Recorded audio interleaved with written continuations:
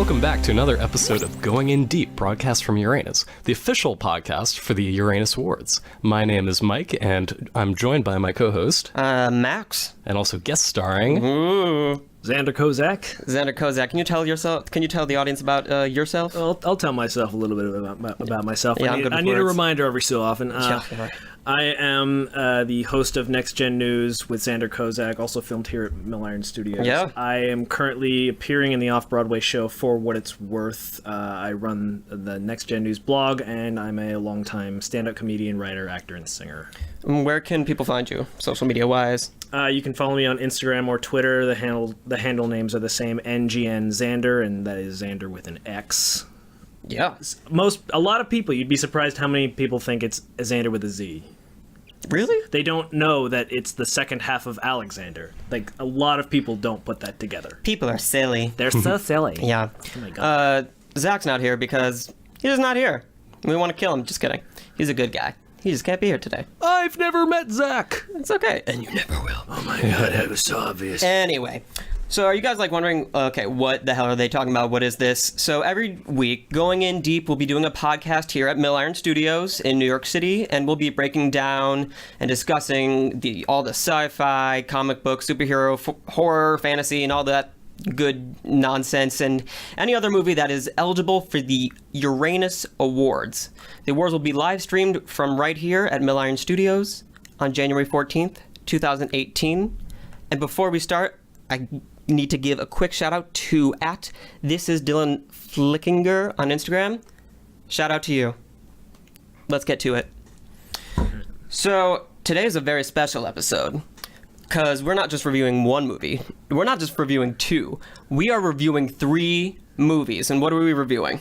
Franchises that won't die. Franchises that won't die. What are we doing? We got the Underworld, Resident Evil, and Pirates of the Caribbean franchises. Yep, the franchise episode. Yeah, so that's collectively, 16 movies. Yeah. Between 3 franchises. It's been a long run for Underworld and Resident Evil, especially. Yeah. Did Resident Evil, the first one, come out before the first Pirates? Because I know Underworld came out after both of them, if I'm not mistaken. The first Resident Evil movie came out in 2002. Okay, so yeah, that was before Pirates 1. Yeah. Interesting. Speaking of Residents, should we start off with that? Why not? Yeah.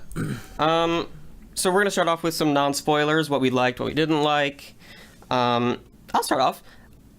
I can't say her name, and I don't really care. I just say Mila Jovovich. That's what I thought, but I was going to say Jovovich, and I think that's just going to be my shtick. I'm just going to start pronouncing people's names wrong. Hooray! Right.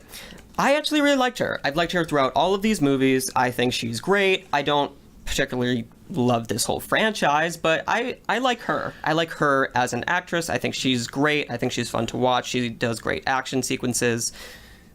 I think she used to be, but not so much anymore. No? No, not at all. Like, with this, the latest one, It was just completely unbelievable. Like, towards the beginning of the movie, there's a scene where she's talking to some AI, or I guess the character's name is the Red Queen, and the Red Queen's talking at her, and she's just like, yeah, cool, I guess I gotta save the world, let's do this. I'm not saying the script is good by any means. I'm saying she is good.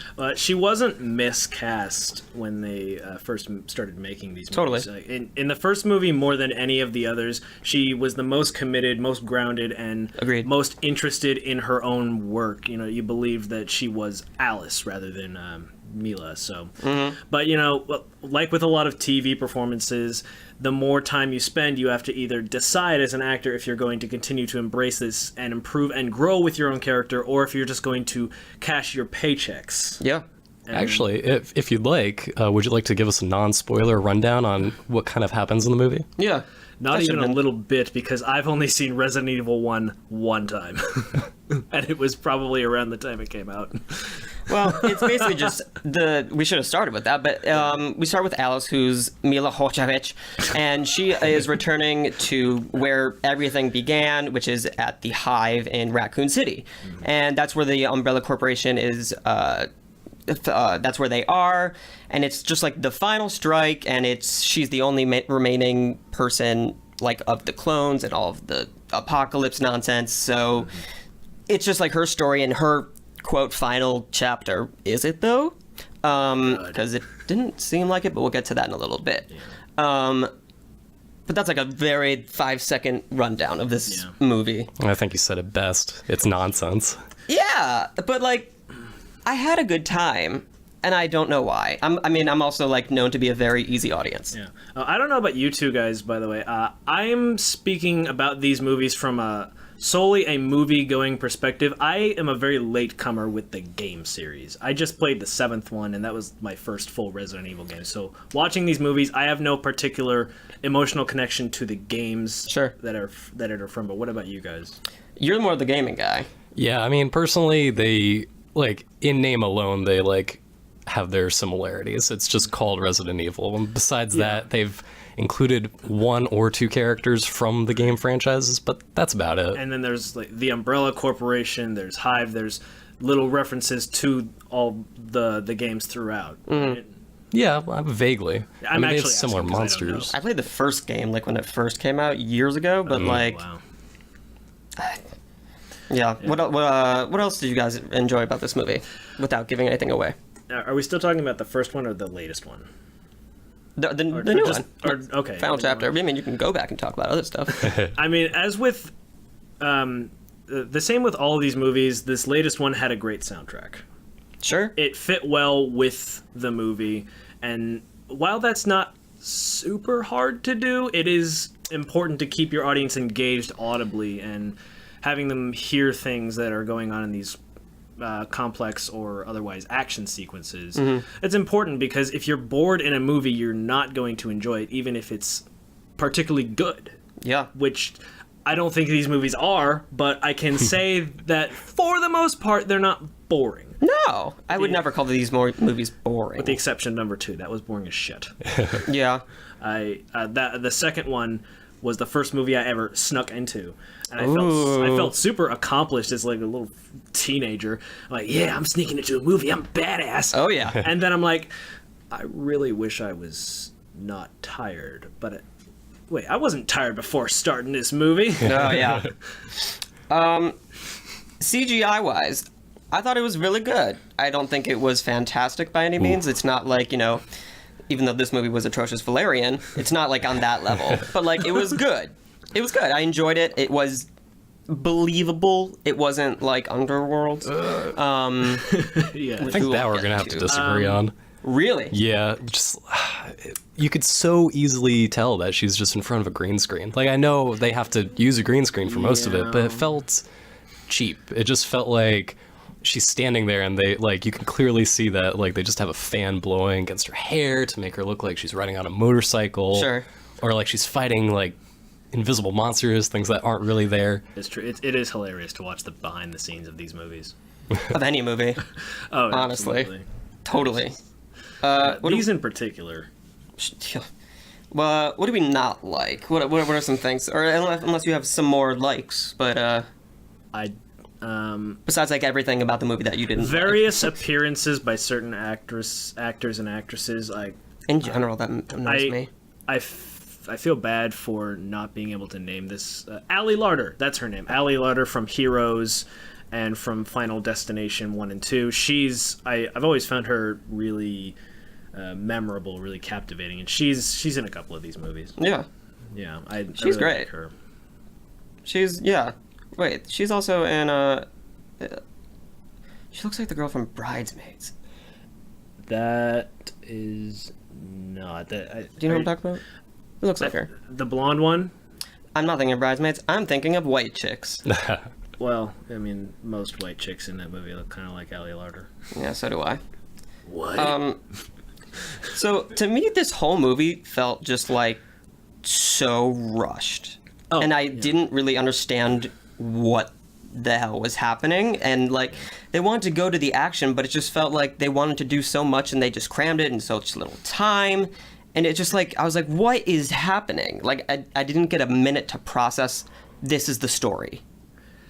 Yeah, it felt like the first draft of the screenplay. Yeah. Was the final draft of the screenplay, and what people don't take into consideration when bad-mouthing any movie is that so much hard work goes into a lot of very specific places in the movie that you sort of forget that the screenplay is shit. Mm-hmm. And you gotta give it credit where credit's due. A lot of people had sleepless nights designing the CG and the lights and the editing of this film, and then it's like, I have this screenplay to work with. I'm sure a lot of people put like some real love into creating this, though. And I've done a couple of bad movies in my day, and one thing that you can never tell, no matter what, I've found, is that you can't tell if the movie is going to be bad or not while you're filming it. For the most part, I feel like maybe in an Adam Sandler movie, they know what they're doing. They know what they're making. He's perfect. And I can't imagine anyone on The Ridiculous Six thought, "Oh my God, we're making."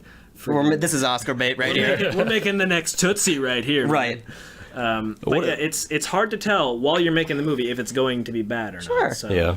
Mike, What felt like rushed to you, though? Like, why did it feel like? So, another part that felt rushed was just like, this annoys me with a lot of action movies. I think we've talked about this. The camera switches that are so fast, and I'm like, I don't know what's happening. Yes. That felt so rushed, and it's a lot of movies do that, and it really annoys me because I want to just like see the person, like the people fight. I want to see that, but they just keep cutting, and I'm like, I can't keep up with this shit. It's very hard to even tell in what's theaters. going on. I think the most infamous one I can name is the Halle Berry Catwoman movie, which nobody What a should gem. ever see. No, you absolutely should. But there's a rooftop fight sequence between Halle Berry and Sharon Stone. I'm shocked you can like, pull this out of your ass. that has almost 45 edits, like maybe even over 45 edits in one like 30-second span. It's amazing to watch in a very bad way. And Those are the best movies. Yeah, but even good movies fall into that, like the Marvel movies and Taken movies. I like the Taken movies. I love them. Yeah. Great franchise. They have several edits in very, very short bursts of time, and it's a little annoys me. infuriating. Like, I don't know why they do it. Yeah, Civil War, Captain America, Civil War was one of the best Marvel movies I had ever seen. And I'm just like, I'm counting the edits in this scene. I hate that I do that instinctively now. Sure. Cut, angle to the guy's fist. Okay, now cut to the guy's face. Punch. But the Marvel movies aren't as bad at it as some others, because we do get to appreciate like Black Panther being a badass and stuff like that. So I agree. But yeah, in the Resident Evil films, they are very quick. They're very quick with their action sequences. It's really hard to appreciate some of it. Yeah, early on there's what is that scene? She's like, there's some kind of winged monster, and it's following her. Cut up to On the motorcycle? Yeah, or like maybe it was a car or something. It picks up the car and then throws her, and then she drives into it, and then it like explodes. And I'm just like, oh, okay, this is happening. Everything just like, it was just like vomit. But like, some of it turned out well. Hot But garbage. yeah, but it was just like, bleh. Okay, we got something here. Here it is. Yeah, I mean, we see these movies for a reason, because course. because there are parts of it that are fun, and sometimes we don't care about the rest of the garbage as long as some of it's fun. Like, even though Catwoman was so bad, I love that movie. You know? It's like with Howard the Duck. Terrible movie. Like, actually the worst movie ever, but so good. The Happening is one of those for me. So very terrible, so very hilarious. Sure. So is there any like should we move on to the spoiler section and talk about like it. Let's what's do wrong? it. Go for it. Spoiler section. Spoilers! That should be the soundtrack right there. Please enter at your own caution. Exactly. That's what she So- said. That is not even. I apologize. So the writing though, like How about that, right? how about that screenplay? How about that gotta save the world type deal? Yeah. Nothing good to really say about that for me. What was the specific like plot point that you were like, besides all of it? Besides all of it, Yeah, like- probably the like very that- beginning. She gets out of like this manhole from the base at like Washington D.C., and then the Red Queen, this little AI girl, just talking to her, you gotta save the world, and she's just like, cool, I'm gonna go do that, and like just jump cuts from there all the way until the end. That's all I remember. It's like you said, vomit. Yeah. Just But action was there like a scenes. specific place, like spoiler wise, that like you're like, God. Oh, I mean, let's see. They're talking about the clones. guy from Game of Thrones. Sorry, I actually forget his name, but he played Dr. Isaacs, I think. There are so many cast members to Game of Thrones. If you just say guy from Game of Thrones, you have no idea what you're talking about. Ed Sheeran. I'm probably gonna like. In so many movies, you see random characters like, holy shit, you're in Game of Thrones. Like, Oh yeah. that happened to me twice today. With X-Men, I was like, with Apocalypse, I'm like, oh, hey girl. Yeah. I mean, he did a great performance though. Like, it was a solid presentation of the character, I guess. But like, he's a clone, and then he's not a clone, and then. Yeah. I'm probably going to pronounce this wrong, but Ian Glenn? I believe it's pronounced Ian. If I were to take a stab at it, I would say it was Johan Macken. Or Yeah, he better be Macken. Maybe Ewan. You better. You know, one thing I did like, and I really liked the ending sequence. I really liked that, like, she wasn't like the original Alice, and I loved like the whole like there was the child, which is the Red Queen, and then it was basically never mind. It was Red Queen, medium Allison, and then older Allison. I really liked that. I thought it was really sweet. It was. And then like when she got the memories back, that was really nice. If anything, the movie does, like, something that the movie does well is bringing it all together in the end. If this is the last movie. I don't know. With the Friday the 13th movies, there is a movie called The Final Chapter, and then there were 6 more movies. So you can't really trust. There's no way this is the last one. No. I'm struggling to find specific spoiler plot points because I've only seen each of these films once. I don't think you need to see them more. You don't. I think more than once there were moments where her morals just take a quick flip-flop into a what the fuck are you doing direction. I'm like, that happens a few too many times because I have certain problems with specific projects making the main characters their own worst enemy. That's like my biggest problem with Legends of Tomorrow, but it shouldn't happen over and over and over and over again. Yeah. I agree. So she, like, how do you feel she is her own worst enemy? That it's specific decisions that she's made throughout these movies, like to kill certain characters and to not kill other characters. I'm like, make better decisions, bitch. Yeah. It's Were there like specific points that we want to like address about this movie besides Oi? No, I mean, I liked, if anything, the costumes, the hairstyling. Yeah. I mean, It could, those are very hard to do, but also very hard to get wrong at the same time. It's a weird little dichotomy. Like, I liked the few practical zombies and monsters that they had. Sure, yeah. They Try were not to like that. they were well done for what they were. When the effort goes into there, it's appreciated. Yeah. So where is this movie going? Do we see? I mean, to me, like when I went into this movie, I was like, okay, this is the last one, called The Final Chapter. That's how it was advertised. But then at the end, I don't remember what the last words were, but it's like, oh no, this isn't the end. She's like, oh, and I'm like, my mission's not over yet. Yeah, I'm the job isn't completed. Wait, so does this? Okay. I mean, they could go spin-off series, they could go prequels. I mean, there's so many other like characters off of Alice's. Like they could do like a whole Alice as a young kid, like before Red Queen became Red Queen, or like older Alice. They could do that. Like they could do anything they wanted to. But like it sounded like they were gonna do more Resident Evil Alice-based movies. They could. The thing is, people will see them. Of course, I'll see it. I'll see it. Let's be honest. We can talk as much shit as we want. Of course, but we're going to see all these We're going to movies. see them. Of course we are. It's our job now. Right. I have Movie Pass. Yeah, me too. Yeah. I don't really have anything off of that. I think I'm out on Resident Evil. Yeah. Well, let's get to the what would you nominate it for? Right now, I have it for Mila Jovovich for actress in the leading role. I think she's great.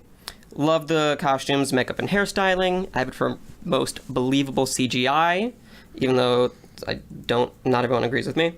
And then the most memorable moment, the Feels Award. I really, really like the ending sequence. I love small, medium, big Allison, or Alice and them giving her memories back. I thought that was really great.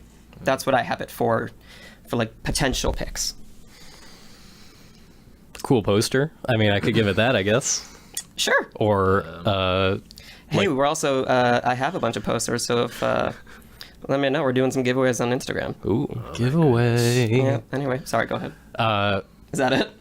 Poster and, like I said already, the costumes, hairstyling. All right. For the practical ones, they were pretty good. All right. I'll give it that. So I'm still new to this thing. How many slots does each category get? As many as you want. Oh, really? So if you think it should be up for like everything, then you go right ahead. Do I have to nominate it for anything? No, you don't. You should make up your own award.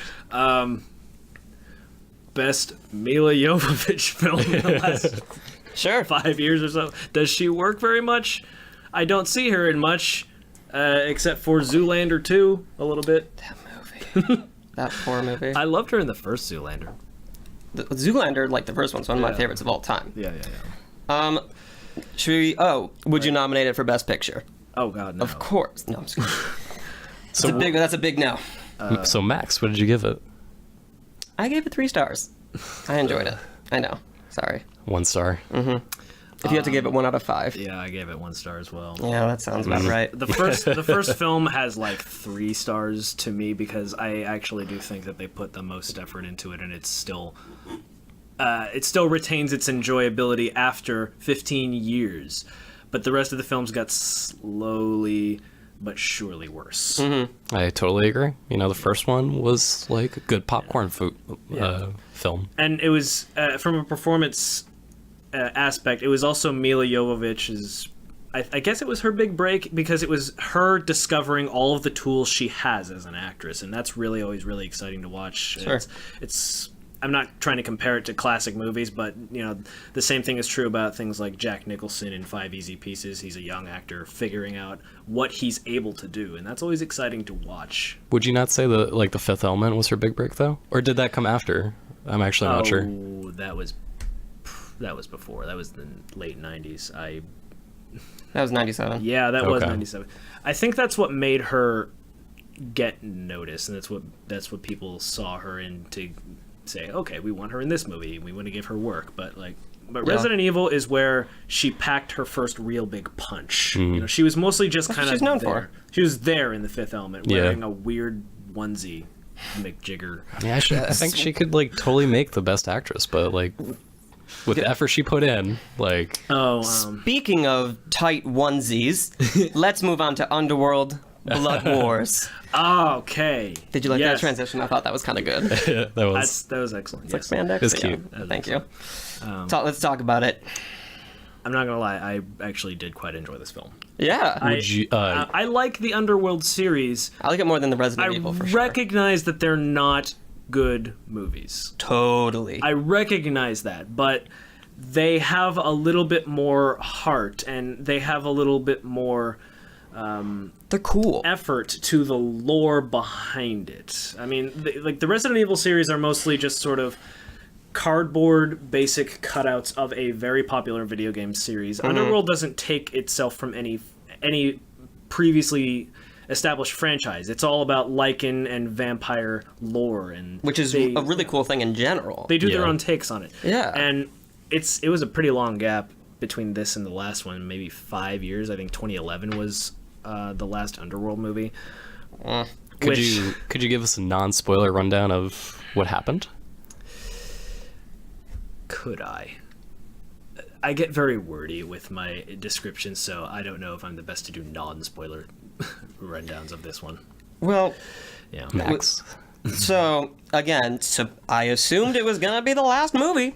Spoiler soon. we certainly assumed. Right. So again, we see Celine, which is Kate Beckinsale. Speaking of tight spandex, it's basically, and I thought, the final war between the Lycans and the vampires, and the people who like betrayed her, and she meets up with pretty boy Theo James, David, who I'll talk about him in a minute, and their journey, and him realizing who he is, and where Michael went, Celine's boyfriend, where he went. So it's just like, again, it's kind of throw up, but it's cleaner throw up. And another appearance from a Game of Thrones actor, Charles Dance, Yeah, sure. He does an amazing job. played Tywin Lannister. Yeah. And he's always great. So non-spoilerly likes about the movie? Anything in particular that stuck out to you? I like Kate Beckinsale. I was actually going to say that. Yeah. That's pretty much it. She's committed. She's fun. She loves doing the job. In every single one I've seen her do, I love it. I She's- think she's actually awesome. She's never not enjoyed doing it, and you can tell. Yeah. For like a flat character, not to say the character's bad, she puts a lot of energy into It's it. a basic character that was well established the first time we saw it, and then not particularly built upon, but she still had fun with it. Yeah, by no means do I like not like the character, because I like the character. It's just like, you know, she's kind of like brooding and like she's got a lot going on. So And there's the old rule of thumb: a lot of things sound better with a British accent. So true, though. Oh yeah, like her And talking. sexier. Ooh, for sure. Like her Like, talking, she is sexy in this movie. Holy moly. her talking supernatural lore in a British accent. I'm like, please don't stop. Truly. Dear Lord. Yeah. Theo James. So he plays David. I don't like him. He is ever so slightly better in these movies than he is in the Divergent. I was about to series. say, I didn't even like him in Divergent. Divergent He's pretty, is that's it. Divergent is way too confusing to be anything compelling. These movies are pretty straightforward, so he has an easier job. But I don't know. I don't particularly, I can't say that. Oh, I'm not saying I don't like him. He's got lips, and he's got eyes, and he's got a body. That's it. And he can speak English and draw fans to a movie. Nothing like stood out from the movie like I could see that he did. He's got 2 volumes. He's got his low voice where he talks like Berbeder, and then he's got Berbeder, Right. which is what the hell is that guy who played Hercules? The one that wasn't the Rock? No, there were 2 Hercules movies that year. The Rock was one of them. There was. He was also in The Expendables 3. Do you see how hard it is to remember this guy? If he is not interesting, I won't remember his name. Yeah. Well, he's got a body. He does have a body, and I appreciate him for that. Yeah. Eye candy. So I kind of mentioned this earlier. The CGI in this movie is so bad. It feels like an N64 James Bond movie when you like shoot them and the blood comes out. That's what the blood looks like. Oh, no doubt. Oh, no A little doubt. bit, yeah. Right? Yeah, kind of. That's what it reminded me of. I rewatched it last night. I was like, oh my god, I feel like I'm back in elementary school. I do wish I could compare it to the 4th Underworld film. My experience with that, I saw it in theaters in 3D, but the 3D projector broke, so the whole movie was in blue and red. So I could barely appreciate any. Wait, that's amazing. It was. I could barely appreciate any of the visuals in that movie, and I've only seen it that one time, so I can't speak to how good the CG in the 5th one is compared to the last one. But it's deteriorated because it's probably. You think so? Similar or the same to the first couple of films. Like when you think about Jurassic Park, that was 1993. It was leagues above everything, so we thought, hey, it's going to be like that every time, and like, it's not. They put probably the same effort, money, and time into the CG as they did the first couple of times. The werewolves still stand out to me. They do stand out. They look pretty good. Yeah. See, I think they look awful. That's one of my favorite parts about the practical effects for this movie, though. Oh my god, I think they look terrible. Well, they don't look like they're ugly. They're ugly beyond all words. Of course. They're No, not, that has like, nothing to do with it. I think they look terrible. But that's okay. I just straight up don't agree. That's okay. I like them. I always did. I always liked the lichens in them. I like them more than I like the terrible blood that they do. It's kind of just like floating on the screen rather than like coming out of where it should. Yeah. I know what you mean. It's like After they get Effects. shot and then it's like shot, boom, hits your chest, 2 seconds later. I'm like, oh, okay. Yeah. What else? How do you feel about the overall like plot? The overall plot, Easy to follow. yeah, nothing too complicated. That's what these movies are. They're easy to follow. They're fun, and they're There's something you can put on while you're cleaning the house. And the actors put enough like effort into Most of the actors. most of the actors into like presenting the story. Like, you know, there's a little twist. Like, there's this. Are you gonna give it away? Is this a spoiler? No, I'm not giving it away. Give it away now. Maybe we should just move into the spoiler section. Yeah, why not? Does Start talking anyone about it. mind? Tyler? He's sleeping. Anyway. Mike, you want to start us off with something? Something. So there's the woman. I'm trying to remember her name. Is Selena? Celine. No. I'm sorry. The other woman. The one that turns out to be evil and kills Charles Dance's character. Oh, Samira? Yeah, Samira.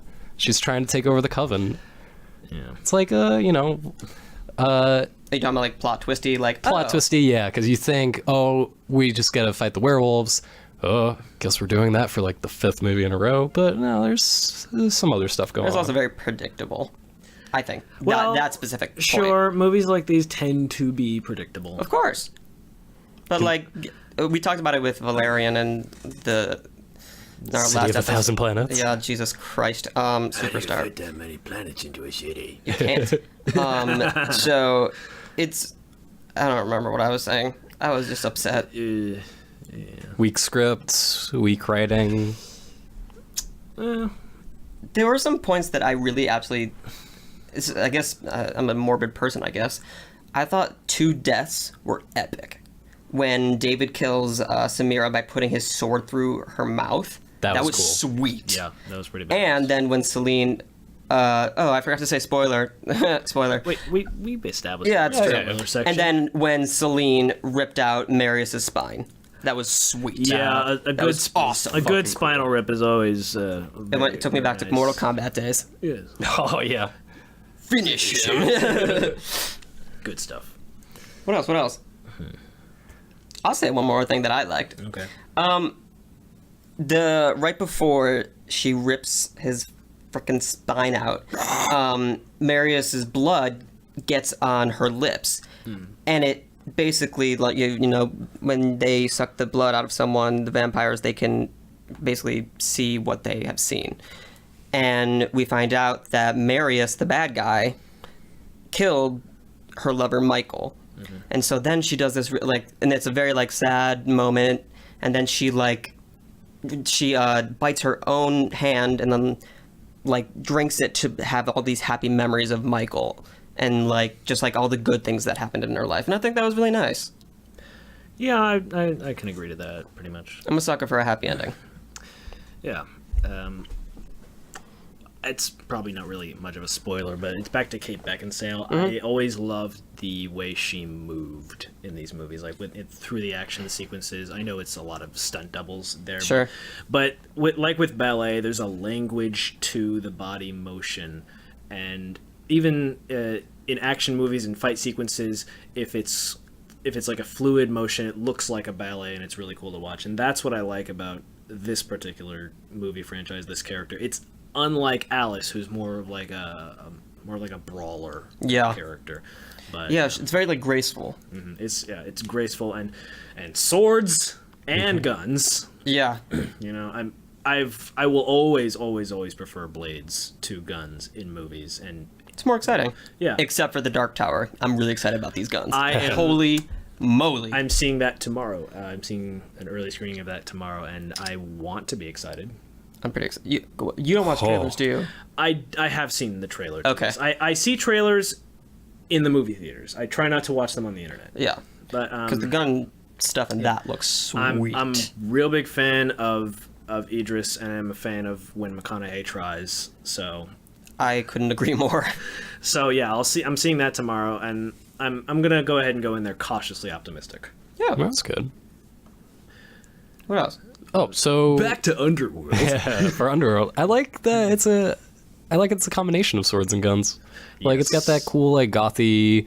Honestly, I don't even know what year it's supposed to be because I thought one of the previous ones was in the future. 21 a million. Right, I don't think they ever like established this is 1977. I feel like if you watch the movies enough, you can piece it together. Something like that. But you know, it's got like a gun fu a little bit, like little sword action. I thought that was pretty sweet. Some of the fight sequences, especially one of the ones at the end where it's just all of them going at each other. Although the blood kind of like, I mean, you For a movie called The Blood Wars, you kind of expect more good blood effects. more cool looking blood, I guess. Yeah. And I don't mind the blood when they like bite it and like it comes dripping out. It's more like when people get shot. Oh yeah. That's what I'm talking about. Oh yeah. Practical effects, though, I think Always. this movie nailed it in that way. CGI Yeah, if you're fell off a bit. if you're gonna do a practical effect, you have to nail it. Yeah. Because it's a gamble. Producers don't like to hear the words gamble and spending money. I don't like hearing that. Because they're putting their money. They are gambling with a movie no matter what. But if a director says, okay, we're going to take a little risk here, we're going to put a practical effect in the movie, see how it turns out, that's a scary thing to a producer. I am kind of scared. I feel like I should hide my wallet. Because like any negative comment is revenue lost on a movie. From a critic standpoint, that's why the producers, what they care about more than the money, about as much as the money, is how the critics are going to receive it, because people read those reviews and they walk in there sometimes with opinions already decided. And That's a good point. Would you recommend this movie? I would recommend this movie to anyone who wants to have a fun time, who isn't looking for something incredible, like not a Mad Max Fury Road type. If you're in the mood for a movie that isn't great, but you will enjoy, then yes. But I think you do need to see all the other ones. It's one of those, for me. Yeah, I would. I mean, would they say do so. they do a good job of doing the first like review of like the first few. Yeah, you don't need to see the third one, Sure. as it is a prequel to the whole thing. Right. Which I actually thought that was a really cool idea. It was a cool idea, and it does some cool stuff. It just doesn't particularly have. Doesn't further this. It's like it's more of a spin-off. Yeah. Literally. It doesn't have a lot of importance to No. the timeline, but it's not bad for a movie that, for all intents and purposes, shouldn't really be. Yeah. Where's this going? Again, I thought it was done, but I was wrong again. Well, they didn't put the final chapter in the title, so You're right. My bad. If they make us a sixth movie, then I'm not going to be furious with them, because they didn't call this one the last movie. But didn't they like market it as that? They probably disingenuously did so to make people more interested, because if it's a final chapter to anything, you're more interested in how it's going to wrap itself up. Totally. For anyone that's seen the first one, they're going to want to see the last one. Yeah, exactly. And so what happens is at the very, very last scene, we see Celine reuniting with her daughter Eve. And Eve has been communicating with her through telepathy.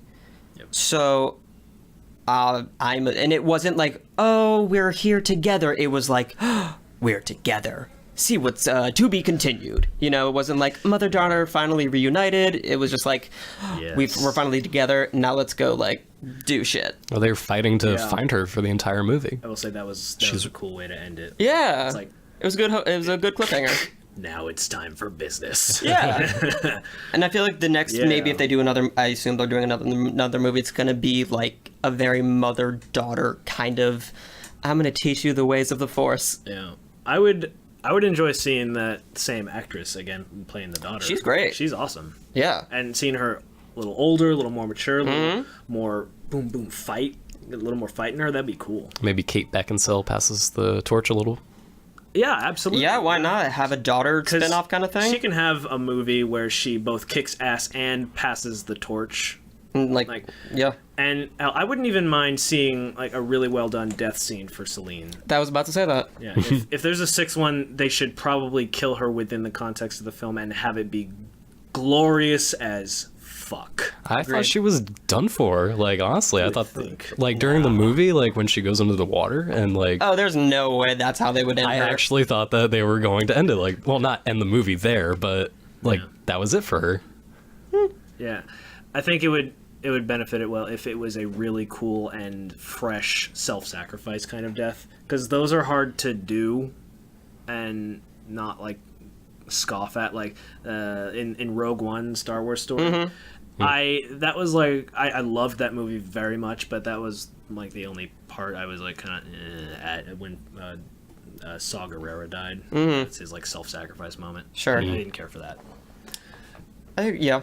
What would you guys nominate it? If you I would give it actually best poster.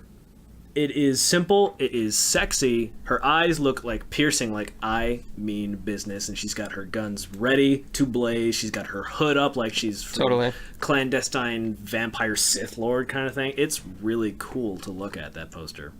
And it's so much more interesting than all the other posters, because they all feature Celine with her guns ready to go. But like this one, it's like, oh wow, it's actually fresh and sexy. Yeah.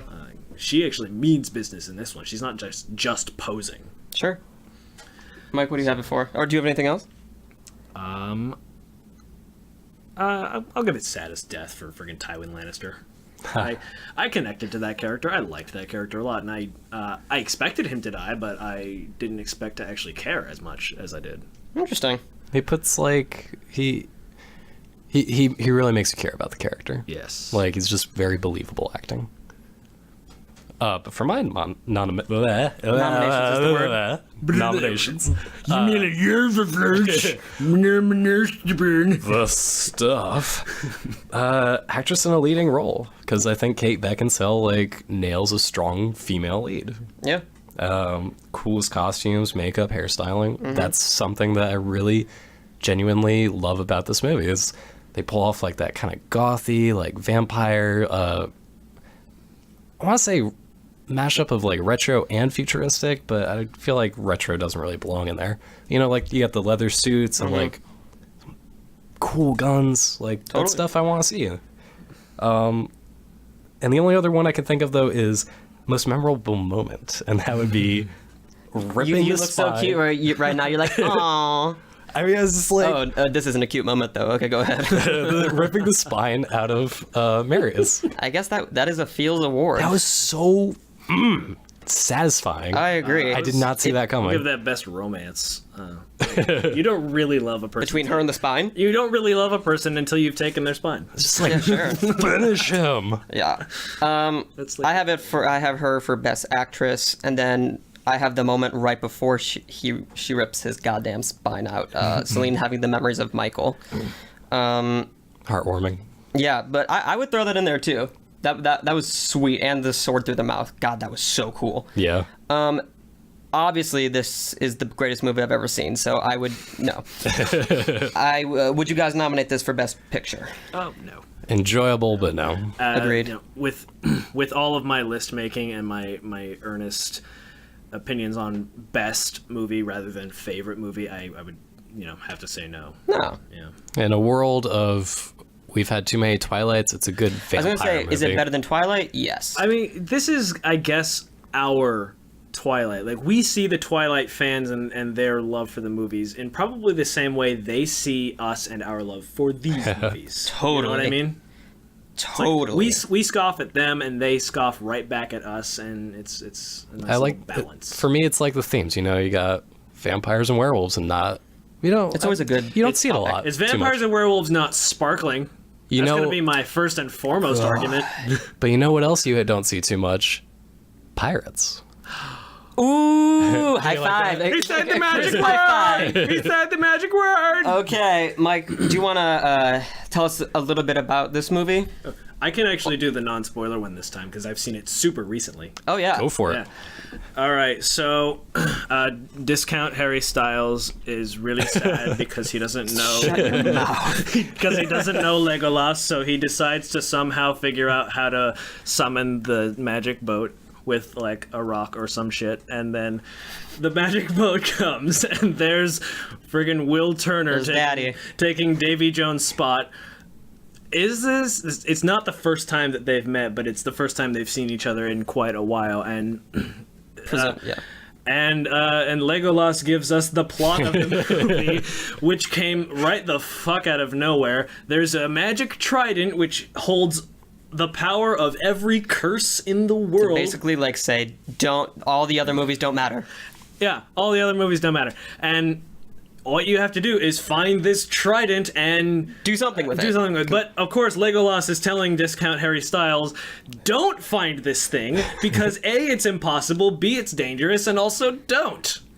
Just don't do it. Or, you know, I don't love you, son. there's another moment later in the movie that gives a big middle finger to the rest of the series, but we'll get to that, I'm sure. Yeah. So, yeah, it's years later. He's older Discount Harry Styles. And I want to punch you straight in the mouth. and he is, in fact, looking for the magic curse trident, and he comes across Maze Runner chick and drunk Johnny Depp.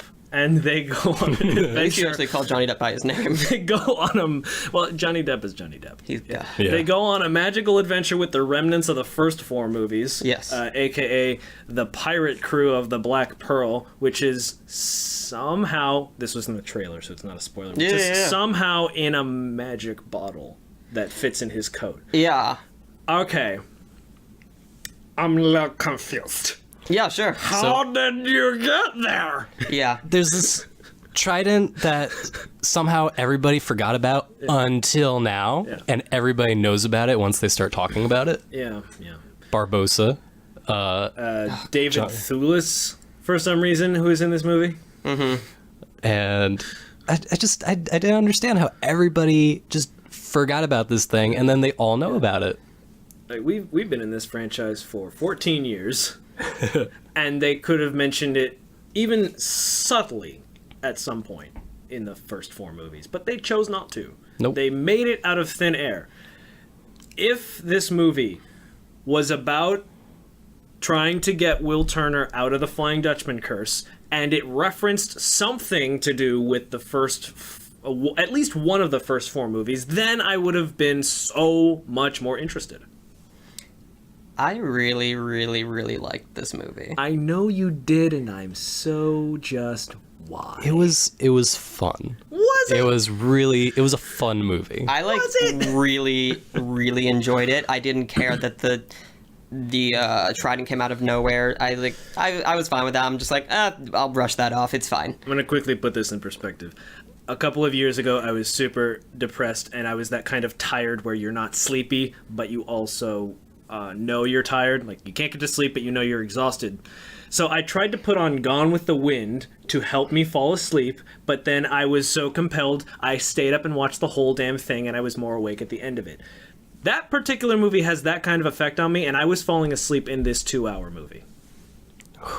This pirate movie, which I love pirate stuff. I have a tattoo that is pirate themed, not Pirates of the Caribbean themed, but pirate themed. It is so hard to bore me with pirate shit, and they succeeded. I'm so sad. Yeah, sorry to hear that. So how did you feel about the first few then? Or the first 4, The I should say. first Pirates of the Caribbean, the Black Pearl, Yeah. to this day, is an amazing movie. Yes. Agreed. I remember seeing it in theaters with very little knowledge. All I knew is it was based on the park ride. Pooping yourself. I was so excited. So good. By the end of it, I was just like, yes, yes, yes, I am the king of the world right now. Yeah, pull out Titanic. This is if this were Inside Out, it would be a core memory, is seeing Jurassic cannot Park's watch that movie ever again. Jurassic Park's another core memory. You know, there are certain movies that They do that. intensify my love for the craft. Of course. The second one I liked at the time. Okay. I liked it at the time because it was a very highly anticipated movie, and it wasn't boring, but then I watched it again when I was a bit older and a bit more knowledgeable, and I thought, okay, this is starting to make less and less sense. Sure. And they seem to be throwing darts at a board while drunk and blind. And the third one was that times 3. Pun intended, I guess. Go home. Okay. The fourth one was Oh my god, that was a bad. Like, I actually didn't like that movie. Yeah. I will say the fifth one was better than the fourth one. Yeah, the fourth one was an absolute joke. Even with Amazeballs Ian McShane, one of the most compelling actors, most memorable voices in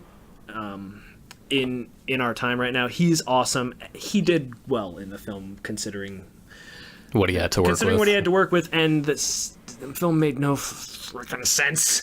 I barely remember I'm still anything talking about the fourth one. Oh, sorry. Ian McShane, No, the yeah, fourth I one. agree. It made no fucking sense. No. The fifth one was easier to follow. Still didn't make any damn sense, but it was easier to follow. And Javier Bardem was you could tell he was having fun. I thought he was so good. Yeah. It's not usual that he is bad, so I won't say he was course. bad. He wasn't bad. He was certainly having fun being a villain. Not always easy to understand, but I don't care because he's Javier Bardem. Of course. He can do whatever he wants. That's how I feel about Johnny Depp. In this movie, he is Captain Salazar. Yeah, Exactly. yeah. I don't really know if this is getting to spoilery material or not, but it's more about Jack's backstory. This one than I mean, the trailer showed. yeah. In the trailer, you do see a young Depp. Yeah. I CG'd down young Yeah. Jack Sparrow, Johnny Depp. It made me laugh. I like the trailer. I was like, So, so I'm not ruining anyone's day by saying this is a lot more about Jack's past. So, of course. Should we move ahead? if you want, yeah, if you you're like- cool with it. Do you have it? No, we can get to the nitty gritty. Yeah, yeah. Let's move on. Yeah. Spoilers. What? We'll have non-spoiler stuff in there as well. Yeah, I of think. course. Yeah, the end of the film, very much a rush job. Are you talking about the very last thing? Dead Men Tell No Tales. In the end of that film, they With- got the trident. They figured out, oh, we have to break it, and then they break it. Yeah.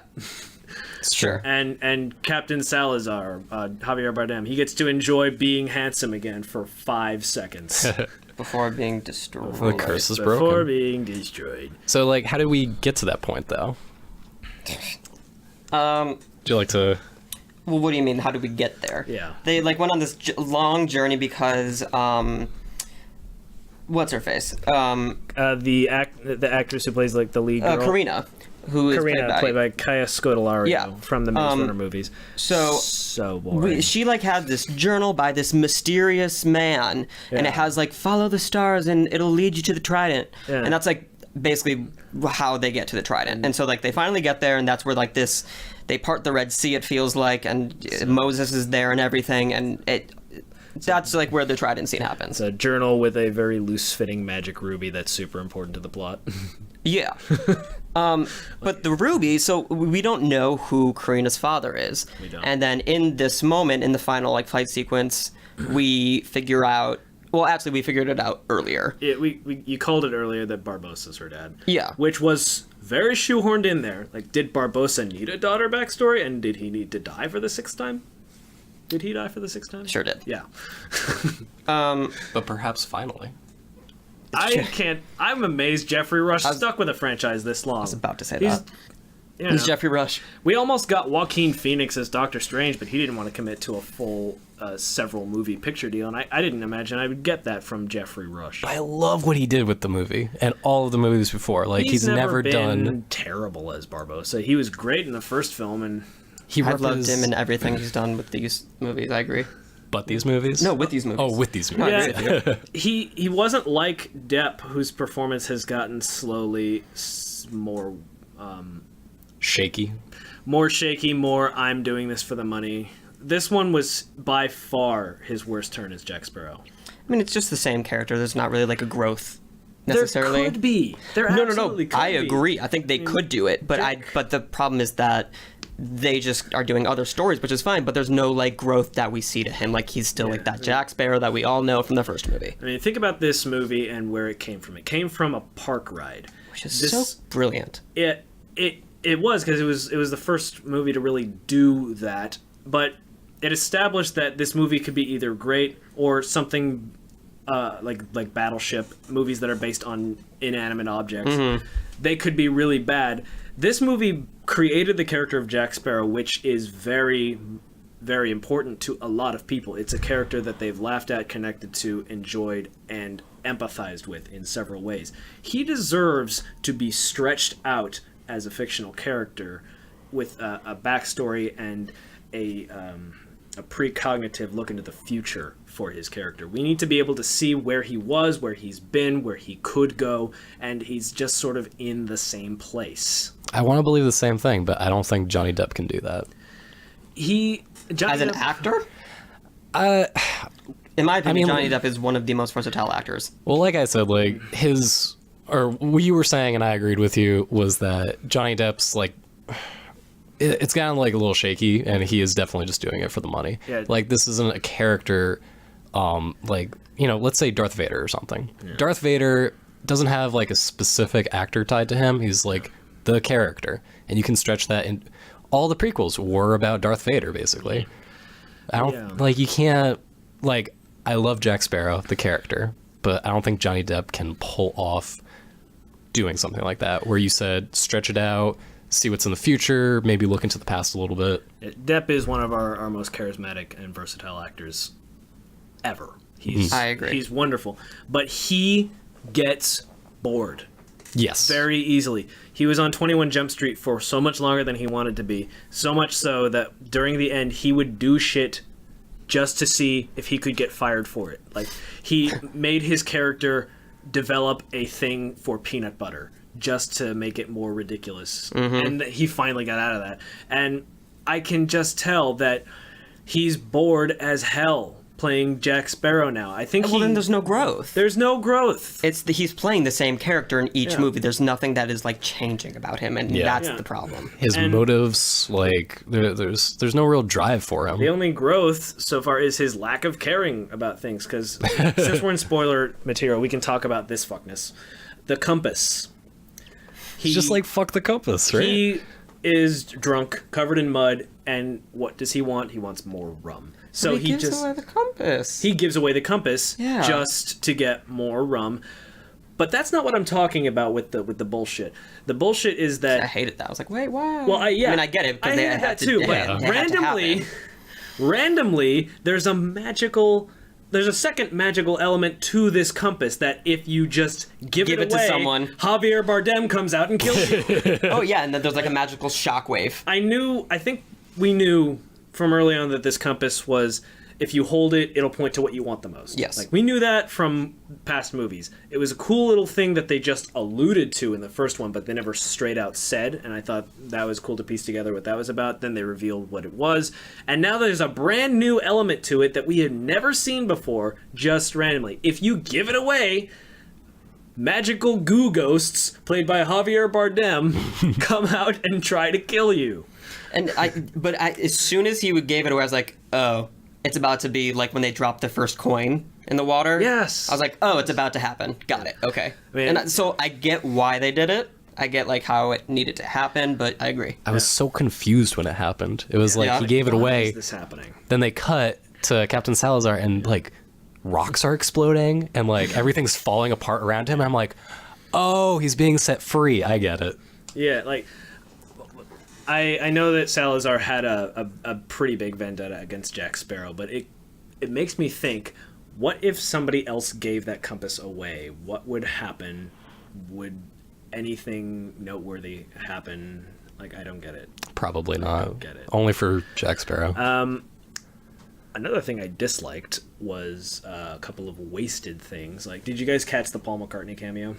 Wait, what? Yeah. What? No, not at all. Well, you know, there was a Keith Richards cameo in the last two movies. Where Yeah, Jack Sparrow's dad. But there's a scene where I think I remember reading about this actually. They're in the prison, and there's like this big bearded pirate who's talking to. Is that the uncle? That was that was the uncle. What? Uncle Jack. That's Paul McCartney? That was Paul McCartney. Shut your mouth. No. I expected him to have more of an important role like Keith Richards did. I kind of wanted him to do something.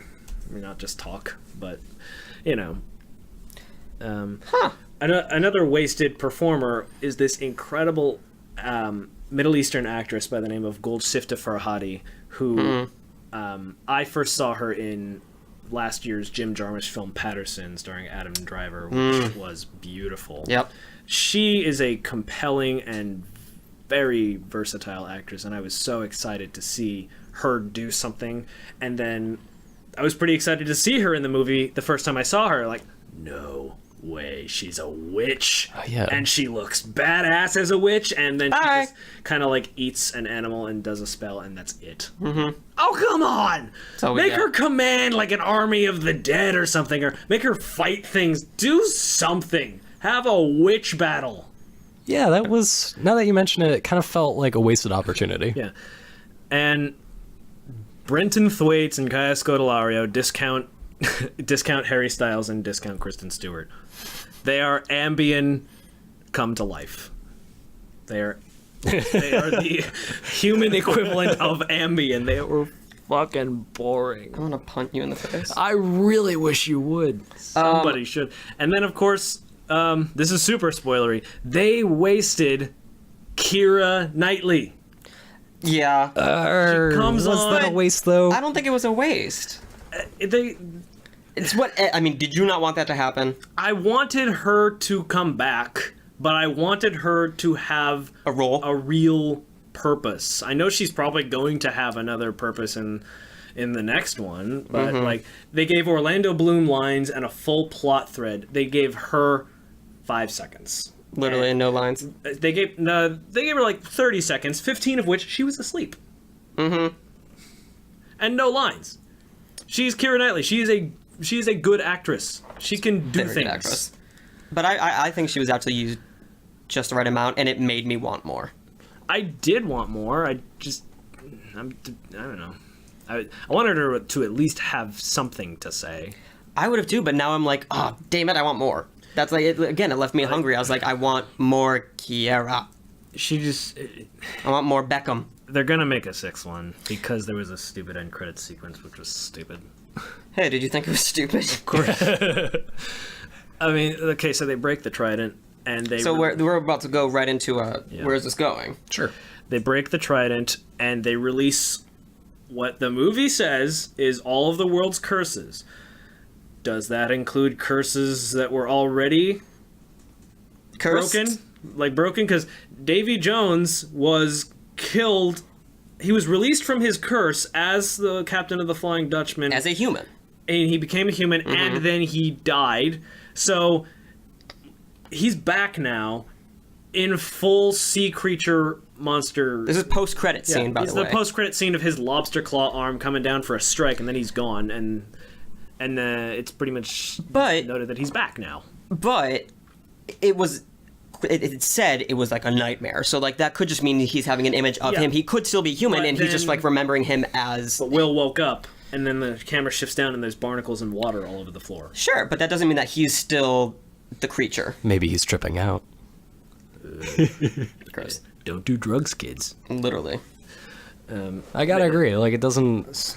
Elizabeth Plot-wise, it didn't make any sense. Elizabeth Swann is a great character, and she needs to have something better to do than just appear, is what I'm saying. And they're gonna make a sixth one. It's happening.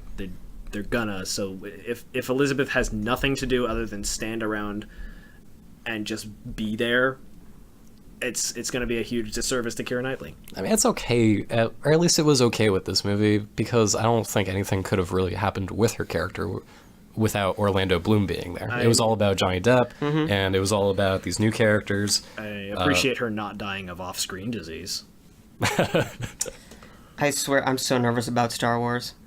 I'm so nervous how they're going to No. handle that. Don't. Oh, okay. That's a whole podcast. No, Don't even talk wait, about I know, it. but just... I've thought about that. Don't even think it. I Don't thought even about that with think this. it. What I will say for Dead Man Tell No Tales is that great title. I'll say that. But I also loved when he said it at the very beginning. yeah, I always leave one of my victims alive. Because dead men tell no tales. I was like, he said it! Title. Captain Salazar was an interesting character, and he had Great backstory. pretty great backstory. He hates pirates. He hunts down pirates, and he's like the pirate hunter of this world. And he was really great at his job until Jack Sparrow thwarted him and gave him this terrible curse. I would have liked to see more of him, actually. Exactly. I liked his backstory, but they could have done more with it. They could have, made us debate him more, because he was clearly the villain, but he had good intentions because he wanted to rid the world of criminals. Yeah. And it's hard to look at this particular character and his crew and not think this is a ghost pirate ship, because what he's doing is very much like what a pirate crew does. Mm-hmm. So he's a pirate for pirates, essentially, but he's a military captain. Yeah. And that was interesting. Just, they could have given us more of that. Yeah, I feel like they marketed the movie with young-looking Johnny Depp, or like CGI Johnny Depp, but it felt like a very short part of it. Yeah. Like it was a couple scenes, or like just one long scene, I guess. Mm-hmm. Here's a question: the fourth one ended. Penelope Cruz's character clearly still alive and has a voodoo doll of Jack Sparrow on a stranded island. Do you think we're going to see her again, and should we? I would love to see her again. No. The character, no. I hope no, and no. Penelope Cruz, yes. Do you think we will? No. Because like she has that voodoo doll of Jack, and she's there, clearly alive in this universe. I mean, to be honest, I could not tell you what the plot was for the last movie. I was so mad. I was so bored. So, like... Oh, me too. That's how much I cared about that character. So if they kind of just said, she died, I'd be like, okay, that's fine. Yeah, they gave her an entrance back in, like, they gave her a way back into the series, so, like... I mean, sure, like, cool, why not bring him back if you're bringing back Davy Jones? So, like, sure. I would have wanted to see her in a future movie if Javier Bardem's character didn't die, because I like seeing when those two are on screen together, because they're married and it's a beautiful match made in Spanish heaven. Yeah. And they work well together on screen. Yeah. That could be cool. Yeah. That would be fun to, like, see, like, they had a past thing. Maybe, or, like, they have a fight scene. Yeah. That'd be fun to, like, all, like, the people, like, in the audience, like, they're married, it's so cute. Another, like, romance going on with a witch. That would be the second one. Actually, they have a lot of witches now that they can work with. Yeah. Say, like, Davy Jones comes back, maybe, God, I'm forgetting the character's name, but the Jamaican witch. Oh, Calypso. Calypso, that's it. Yeah. She terrified me when I saw it in theaters. She was awesome. Yeah. Well, she was sweet. She scared Harris, me, though. Academy Award nominee Naomi Harris now. Very deserving, so. Her beautiful turn in Moonlight. There's her, Penelope Cruz, and the new one, Shansa, I believe the character's name is, from this one. Can see, like, some action going on with that. Shansa. Yeah, they probably said it, like, once. Yes, Shansa was the witch's name, played by Golshifteh Farhadi. Yeah, bless you. If an actor or actress has a long name, I take the time and effort to learn it. See, I don't. I just like to say Shaharfti Mikhail Bu. It makes me sound like a dick to people, and that's fun for me. Yeah, I feel that. Yeah. Should we go? Let's move on to award nominations. Yeah. Yeah. I'm gonna start this because I liked the shit out of this movie. So let's hear I would give Johnny Depp, actor in a leading role. I would also throw Javier and Jeffrey Rush in as like a supporting, for sure. Javier. I don't know if Jeffrey Rush's character was big enough, but yeah. Costumes, makeup, and hairstyling. I think all of the Pirates movies have nailed that. CGI as well, nailed it. Talked about it earlier, the most complex villain, Captain Salazar. I thought his backstory was fantastic. I really, really enjoy that. Saddest death, I thought Barbossa's death was really, really beautiful and well done. Biggest surprise, / the M. Night Shyamalan Award, Barbossa is Karina's father. I thought that was like, oh, damn, that's cool. Most memorable moment, Will and Elizabeth reuniting. That was really, really... It warmed my heart. Also, wait, I forgot to say one more.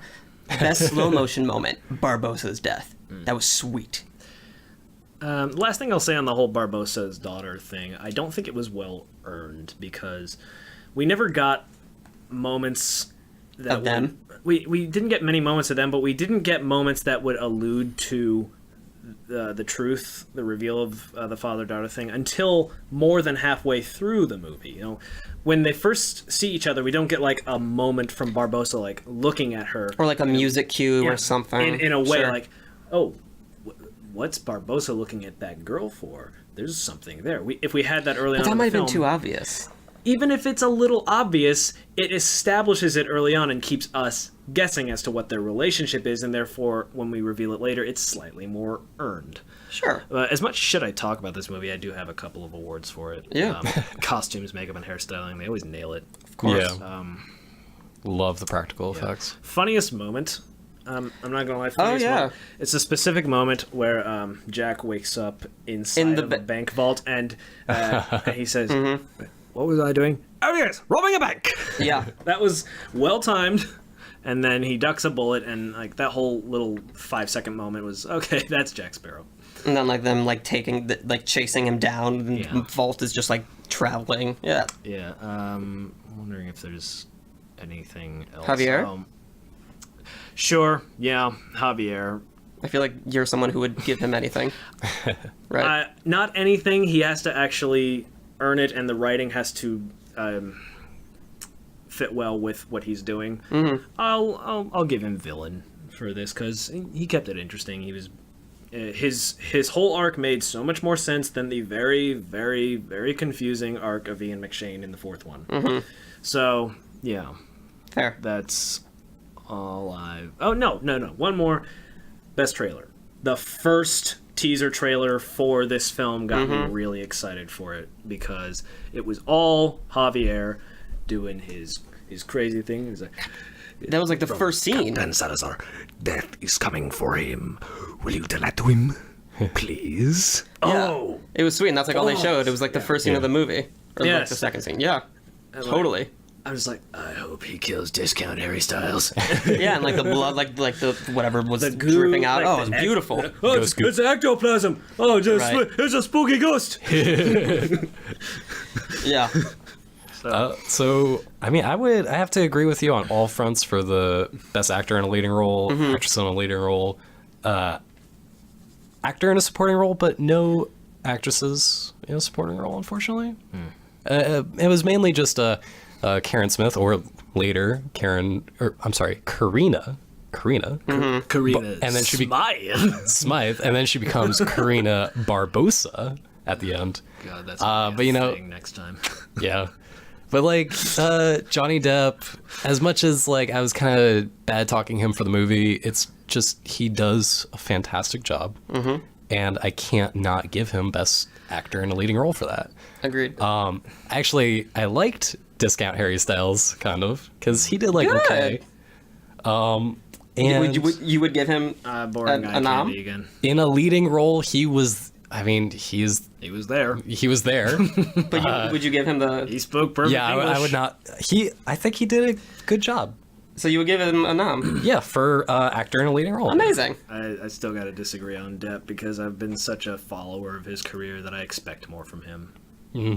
But like Jeffrey Rush. God, I can't pronounce this. But he's spelling. He's good. He's always amazing. Like he's always really committed. Top-notch job with Barbosa from first movie to this movie. It's been great.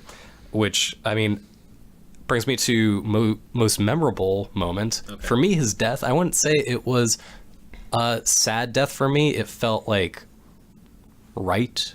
Like after all this time for the character, like he's gone through so much, and to see him finally like do this one last act of good, it works. Agreed. And just costumes great, makeup, hairstyling, always can't say anything bad about it whatsoever. Yeah. Final thoughts on this long 3-movie episode, gents? Oh wait, what would you rate it? I gave this 4 stars. Oh my god. And I am proud of it. 3.5. 1 star. Yeah. Oh. One star, absolutely. If I could give it less, I would. You can give it half. We do half here. No, it's got enough to get 1 star. It does. The fourth Pirates is 1.5 star for sure. Oh yeah. This it got 1 full star from me. Although I gave it 4 stars, I would not give it a best movie nom. I think there have been better movies that have come out. I certainly wouldn't recommend this. You would or wouldn't? I would not. Oh, I would. You wouldn't recommend it? At this point, I still... After a 1 rating? No, then At this point, I still only recommend Curse of the Black Pearl. After all that talk about Salazar?